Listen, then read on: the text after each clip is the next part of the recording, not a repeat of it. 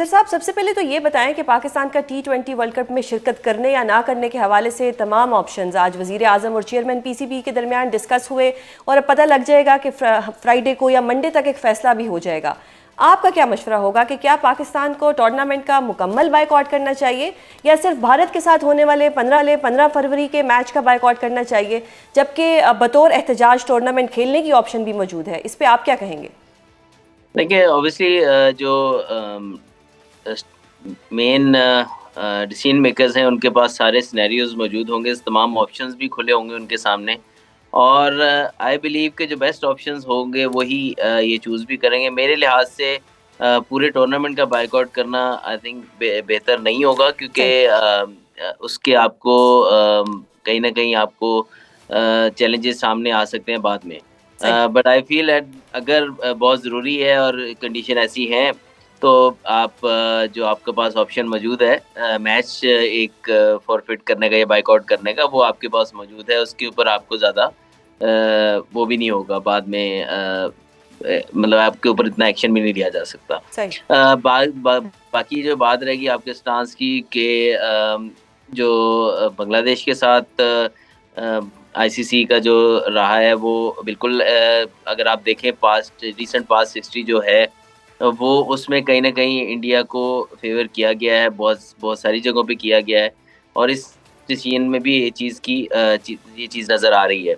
अगर आप पिछला T20 वर्ल्ड कप भी ले लें तो इंडिया के मैचेस जहां हो रहे थे उसका टाइम भी बेस्ट सूटेड दिया गया, जिस तरह उन्होंने कहा उसी तरह ही सेमीफाइनल भी ये कंफर्म था कि इंडिया वहीं खेलेगी। एक वेन्यू उन्होंने सेलेक्ट कर लिया कि इस जगह पे ही होगा, चाहे रिगार्डलेस कि उनकी पोजीशन क्या होती है अगर वो सेमीफाइनल में क्वालिफाई करते हैं।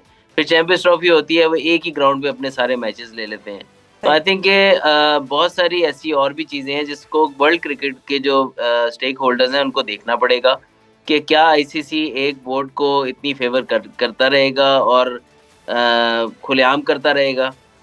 तो आपने कहीं न कहीं तो फुल स्टॉप लगाना है। और जब से अच्छा। आप देखें कि ये चीज़ होती चली जा रही है और तमाम क्रिकेट बोर्ड इस पे ऊपर खामोश रहेंगे, तो कभी ना कभी तो किसी को आवाज़ उठानी है। तो आई थिंक ये पाकिस्तान क्रिकेट बोर्ड को अच्छा। ज़रूर आवाज़ उठानी चाहिए और साथ और भी बोर्ड्स को जी जी। इनके साथ जुड़ना चाहिए। अजहर साहब, एक चीज़ बताएं कि पाकिस्तान के अलावा कोई और क्यों नहीं आवाज़ उठा रहा? ठीक है, पाकिस्तान ने एक अच्छा काम किया, यूनिटी दिखाई है, लेकिन किसी और को भी तो आगे आने चाहिए था। आई थिंक कि आना पड़ेगा कभी ना कभी तो। अभी शायद लोगों को ये फील नहीं हो रहा, बट ऑस्ट्रेलियन क्रिकेट बोर्ड को, इंग्लैंड क्रिकेट बोर्ड को ये चीज़, और जो भी बड़े क्रिकेट बोर्ड हैं स्पेशली, वो ऐसे डोमिनेट नहीं हो सकते एक इंडिया के इन्फ्लुएंस के ऊपर। आई थिंक कि उनको ये चीज़ समझनी चाहिए कि अगर तो इंडिया की क्रिकेट ही इतनी इम्पोर्टेंट है सिर्फ, तो वो खुद ही खेल लिया करें फिर। हम्म। बाकी टीमों को खेलने की कोई ज़रूरत नहीं है। हम्म। अगर उन्हीं के ही फ़ेवर में सारे डिसीजन होने, उन्हीं की तरीके से आईसीसी क्रिकेट को चलाएगा, तो आई थिंक ये इनको अभी नहीं बोलेंगे तो कभी तो बोलना पड़ेगा। सही। तो before it's too late, I think ये जो सब क्रिकेट बोर्ड्स हैं इनको इकट्ठे होना चाहिए और एक आईसीसी को एक इंडिपेंडेंट इदारा, उनके डिसीजंस में इंडिपेंडेंट इदारा नज़र आना चाहिए। ऐसा नहीं होना चाहिए कि एक क्रिकेट बोर्ड से वो इन्फ्लुएंस हो रहे हैं। और ये मैं नहीं कह रहा, दुनिया के टॉप कमेंटेटर्स इस चीज़ की तरफ इशारा कर चुके हैं। सही। तो अब बतौर क्रिकेटर आप क्या समझते हैं कि इस वक्त जो सूरत हाल है, एक गैर यकीनी सूरत हाल है, इसका टीम की तैयारियों पर क्या असर पड़ेगा? आई थिंक टीम को तैयारी अपनी जारी रखनी चाहिए। आई एम श्योर कि जो तमाम ऑप्शन है, देखें आप अपनी गेम की तैयारी पूरी करते हैं, बाद में जो डिसीजन होता है आई थिंक वो दैट इज़ डिफरेंट।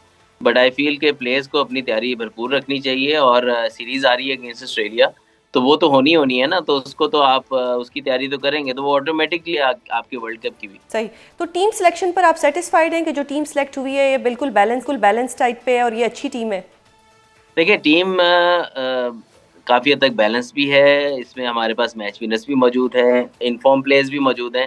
पर कहीं न कहीं आई फ़ील कि यार हम थोड़ा-सा जैसे जैसे हारिस रऊफ़ टीम के अंदर नहीं है। येस, उनके कुछ ऐसे ओवर्स ज़रूर हैं जिसमें हम कह सकते हैं कि यार बड़े क्रंच सिचुएशन में आके वो डिलीवर नहीं कर पाए, लेकिन अगर आप रीसेंट पास्ट में देखें तो वो आपके मोस्ट सक्सेसफुल बॉलर रहे हैं T20 क्रिकेट में। सही। तो अभी भी बिग बैश बहुत ज़बरदस्त खेले, तो आई थिंक कि उनकी कमी कहीं न कहीं आपको नज़र आ सकती है।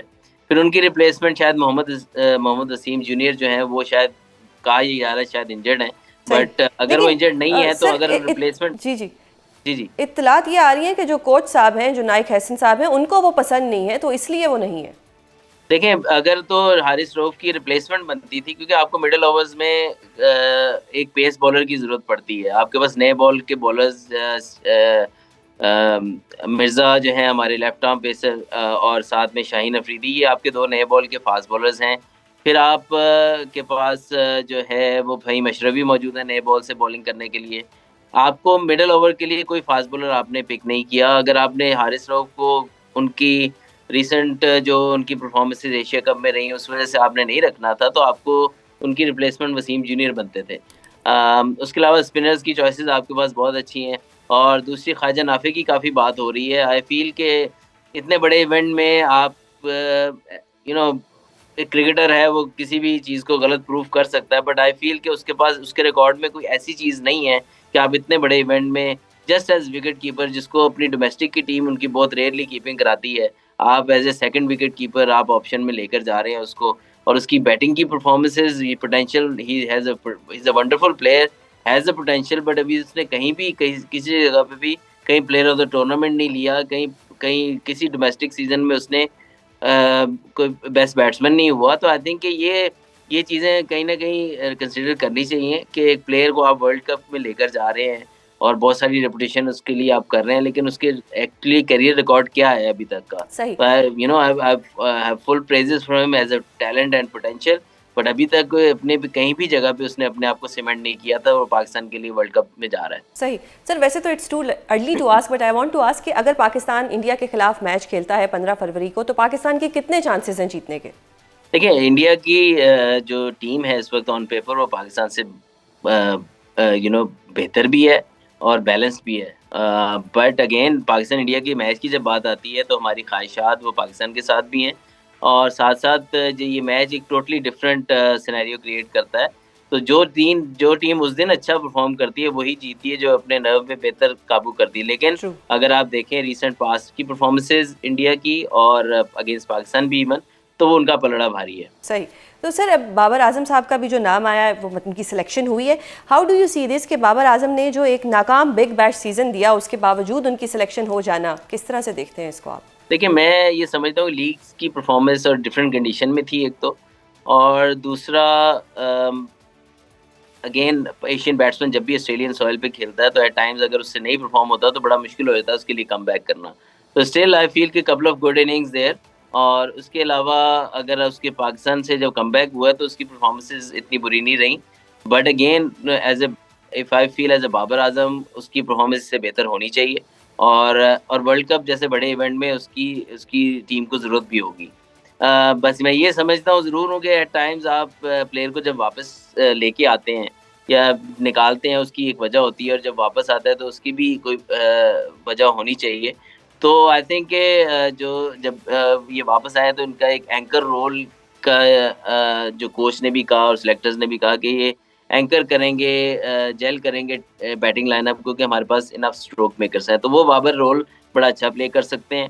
और ये वर्ल्ड कप में इनके पास एक शायद वन ऑफ द आइडियल मौका होगा कि ये अपने परफॉर्मेंस से जो है वो अपने नाकदीन का जो है ना वो उनको जवाब दे सकें और पाकिस्तान को इवेंट में आगे लेके जाके और इसको जिता भी सकें।